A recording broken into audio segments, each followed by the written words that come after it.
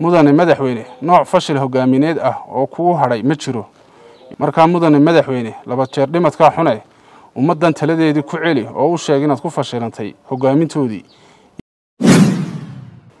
gudida garxajis iyo salaadiinta hal baan leeyahay war ilmaade reeyal miyadaan maqal in daraa duulaan dhacay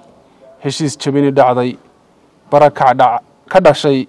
shalayna dirid dhimasho iyo dhaawac keentay inay dhacday malaa warkeeda ma haysaan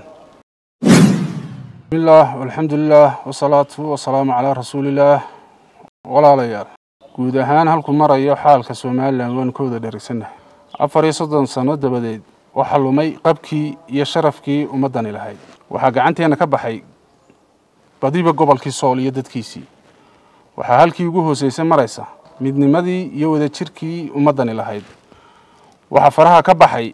amnigii iyo kalsoonidii lagu qabay hay'adaha ammaanka iyadoo faldambiyeeda waaweyn ka dhacayaan magaalooyinka waaweyn maanta shirkaygan jirayd waxa uu daaran yahay inaan ereyo kooban oo duco iyo dardaaran iyo digniin ahba ka yiraahdo colaadda ka soo cusboonaatay deegaanka Cali Saahid ee hawdka gobolka Togdheer sidaa daraadeed waxaan saddex eray kala oranayaa dhinacyada kala ah ugu horeyn xukuumadda oo garwadeenka ka yahay madaxweynuhu hal baan leeyahay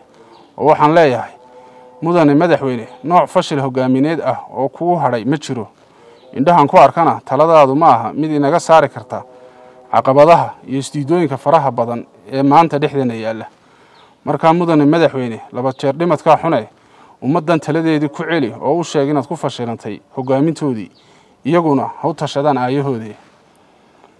gudida garxajis iyo salaadiinta hal baan leeyahay war ilmaade reeyal miyadaan maqal in daraa duulaan dhacay heshiis jabini dhacday barakac ka dhashay shalayna dirid dhimasho iyo dhaawac keentay inay dhacday malaa warkeeda ma haysaan iyadoo xaajadaasi jirto ayaa gaari la dhacay oo aan dhimasho iyo dhaawac midna sababin aad cambaarayseen halkeedana mashaqada inta leega Cali Saahid soo hadal qaadin ilaa baaq nabadeedna wadane aamuskaas nimba si u aragiye waxa saynana la gudboon inaan deminta colaadaas si wada jir ah ugu guntiga ugu xidhano dhamaanteen